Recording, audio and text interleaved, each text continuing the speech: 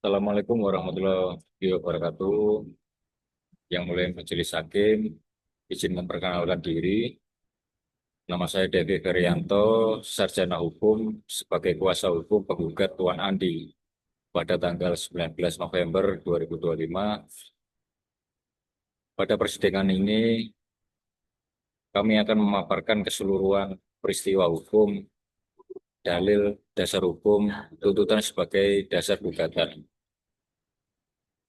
Sebagai fakta kasus, pada tanggal 15 Januari 2023, Tuan Andi sebagai penggugat dan Tuan Budi sebagai tergugat menandatangani perjanjian jual beli sebidang tanah seluas 1.000 meter persegi yang terletak di Kecamatan Cisarua, Bogor.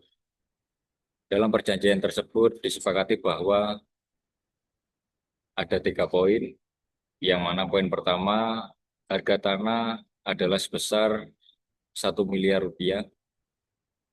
Yang kedua, pembayaran dilakukan dalam 2 tahap. Tahap pertama, sebagaimana uang muka sebesar 300 juta dibayar pada saat penandatanganan. Untuk tahap kedua, sebesar 700 juta rupiah dibayar paling lambat 3 bulan setelah penandatanganan. Untuk poin ketiga, setelah pembayaran lunas, Tuan Andi akan menyerahkan dan memproses balik nama ke atas nama Tuan Budi. Namun hingga 6 bulan setelah perjanjian, Tuan Budi tidak melunasi pembayaran sebagaimana disepakati. Tuan Andi telah mengirimkan 2 kali surat teguran somasi tetapi tidak diindahkan. Tuan Budi sebagai tergugat beralasan bahwa ia belum mendapatkan pinjaman dari bank dan meminta waktu tambahan. Namun Tuan Andi merasa dirugikan karena tanah tersebut sudah tidak bisa dijual kepada pihak lain dan mengalami kerugian. Untuk selanjutnya terkait soal dalil, yang pertama, perjanjian sah dan semua persyaratan terpenuhi. Yang kedua, tergugat telah melakukan prestasi dengan tidak melunasi pembayaran sebagaimana disepakati dalam perjanjian jual beli tanah. Yang ketiga, penggugat telah memenuhi kewajibannya dengan menyerahkan tanah dan sertifikat, namun tergugat tidak memenuhi kewajibannya dengan tidak melunasi pembayaran. Yang keempat, penggugat telah mengalami kerugian karena tanah tersebut sudah tidak bisa dijual kepada pihak lain. Dan untuk selanjutnya, terkait dasar hukum, yang pertama, pasal 1320 KUHP Perdata yang mengatakan perjanjian memiliki 4 syarat sah dan semuanya terpenuhi.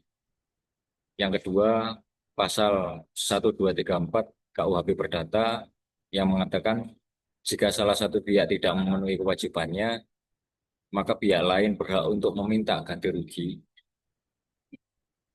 Yang ketiga, pasal 1243 KUHP Perdata yang mengatakan jika salah satu pihak tidak memenuhi kewajibannya, maka pihak lain berhak untuk meminta pembatalan perjanjian dan ganti rugi.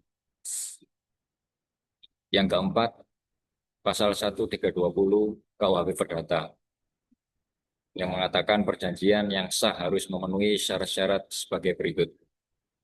Yang pertama, kesepakatan para pihak. Kedua, kecakapan para pihak. Ketiga, objek yang pasti. Dan empat, kausa yang halal. Oke, kuasa hukum, ada beberapa pertanyaan yang harus saya pertanyakan. Yang pertama, apakah benar pembayaran harus dilunasi dalam waktu 3 bulan? Benar, tercantum jelas dengan poin kedua. Oke, apakah penggugat menghalangi pelunasan? Tidak yang mulia, penggugat justru menunggu yang menyediakan dan menyediakan dokumen sertifikat. Pertanyaan yang terakhir, apakah somasi 2 kali dilakukan?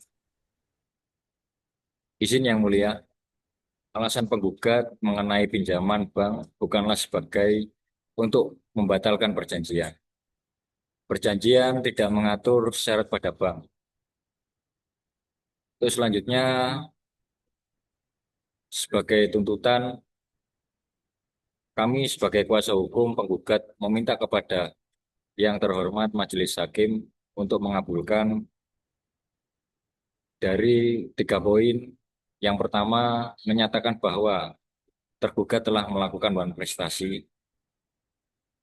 Yang kedua, menghukum tergugat untuk membayar ganti rugi sebesar 700 juta rupiah kepada penggugat.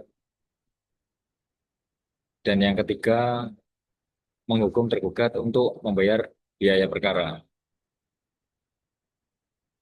Demikian paparan keseluruhan ini kami sampaikan bahwa tergugat telah lalai dengan tanggung jawabnya.